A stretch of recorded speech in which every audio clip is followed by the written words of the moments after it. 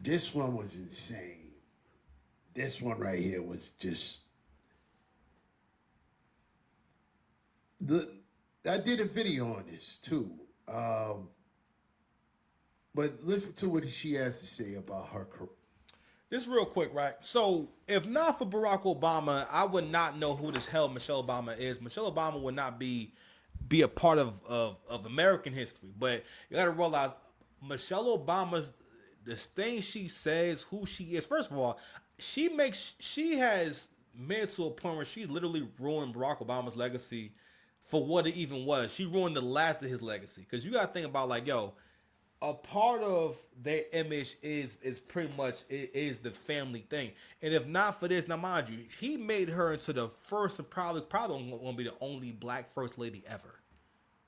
She was the first lady, the first black first lady. Not only that, a first lady two times over because of her husband winning. I saw a clip the other day where basically this woman was talking about how people would accept black conservatives if they were with black women, and at the same time, she said that it didn't bother her that Kamala Harris had a white husband, even though Kamala Harris is not black. But it didn't bother her because black women love they think it is the highest echelon of how can I say just pretty much that's the idea of success. The idea of a good life, a lot of them, the idea of a good life is getting a white guy. You know what I mean? You've seen them how they react to, to Serena Williams and her man, to Venus Williams and her man. You know what I mean? To the show Scandal. The show Scandal is mostly about this black woman being a mistress. You know what I mean? And but that's been the history for the longest time, just in this country. You know what I'm saying? Going back to the times the antebellum slavery, chattel slavery, where like yo, the slave master had access to all the women. If he wants to sleep with it, that's a slave. He can do what he want with her, right? And that's where a lot of black people who are FBA, that's where the lineage come from. That's another reason why we look so different than other black folks around the world. I could always tell. You don't got to open your mouth. I always know when I'm looking at someone who's not FBA. I can, especially if they just came from that country. I can almost always tell because we literally look different. We look different.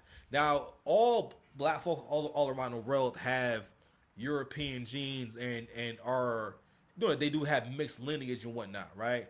But anyway, but you can see the difference. But anyway, so going back to Michelle Obama and whatnot and Barack Obama, you would think that okay, at this level, you can say this was a life well lived.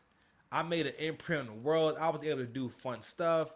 People respect me. I'm highly esteemed. She's gonna say basically that she never reached her full potential because of her husband. What else can you accomplish? But not only that, you are she's sold books. She's been on book tours. She's made a lot of money off that name of being Ann Obama. And every time only time she ever goes viral, it's never for anything that because you're not really an interesting person to be keeping a stack with you. You're just not, right? Because I'm saying you've had plenty of time. It's Barack Obama got out of the office in 2016. Here we are 10 years later. You've had 10 years to do whatever you wanted, and no one was stopping you while you was in the fucking White House.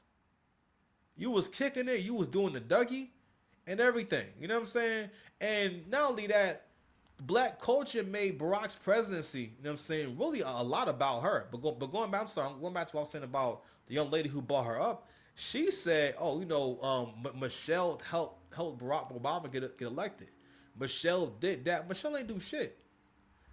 Listen to Michelle Obama talk about her feelings, her thoughts about for one, her husband accomplishing something that no other black man has ever accomplished. Real. My ambition has ever fully been able to actualize itself because of the nature of what me and my husband have done. I mean, I guess you As a could team. argue as a team, Right. you know, It was wasn't about your individual ambition. was it right? It was the team ambition, and I went along arguably kicking and screaming, right?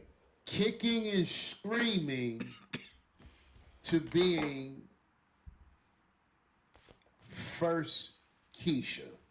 Not just the first lady, first Keisha. Kicking and screaming, talking about your ambitions. What was you going to do in life that would have ever been bigger than that? Nothing. There's nothing she would have been able to do that would have been bigger than being the. So I'm actually gonna stop it right there. So I'm gonna come back on the screen real quick. So this is what we gotta talk about real quick. All right. So let me get bigger. So I ain't never saying that. It's a weird concept, and I've heard Crimson Cure make this point too about why do you think that you can't be who you need to be or accomplish what you need to accomplish while in the marriage, and it's not really about that. But you got to realize that this is the demon of complaining. This is the dangers of listening to, supporting, hearing. Whenever people have a negative mindset, you cannot hear them out. They will freaking infect you. They will get you with that demon. All right, and the demon of complaining stops you from appreciating shit, stops you from making life beautiful. All right, a lot of people don't. They're not able to get the most out of life, get the most out of their relationships, and a lot of women have that complaining demon. Or matter of fact, the loser mindset, because in the loser mindset, you're not able to see when you're winning either. What else can you accomplish? You are rich. You are famous. You have a successful husband. You have healthy kids. All right. You went to school. You accomplished quite a bit. Barack Obama wasn't president until you was way past middle age. You was well into your 40s. It wasn't like you was 21 years old. Like you lived a full, robust life. Shout out to Tracy Ellis Ross. The fuck you talking about? But bigger than that. Black men, and let's circling back to the whole thing with black men trying to play attack dogs, black men trying to give themselves meaning, give their existence meaning, and legitimize themselves on the back of, I'm sticking up for black women. So somebody got to speak up for them, bro, fam. We have the internet now. Have you not been on TikTok? Fuck you, no, stop. You cannot put your neck out there. You cannot risk your life for someone who has a complete different agenda from you, or someone who first of all, men, you have to realize, you cannot live a life where you're afraid to want to be with someone who fully supports what your vision is. Because at the end of the day, you in charge. At the end of the day, whatever happens is going to be your fault. I heard Angry Man say this the other day about, when women are paying anything or paying their bills or doing anything, they have no problem throwing their weight around. What men got to realize is that, you have been convinced to, for one, live a life, especially black men, you live a life where you are afraid of your woman. You're afraid to critique your woman. You're afraid to even be honest with women in general. Until Kevin Samuels told that ugly girl that she was average at best, and he wasn't even dissing her. He was just saying, you talking about getting a guy who wants beautiful women, and you're not a beautiful woman. Like you're average at best. You know what I'm saying? But anyway, I'll see y'all later, man. Subscribe to the channel, man. Love y'all. We out.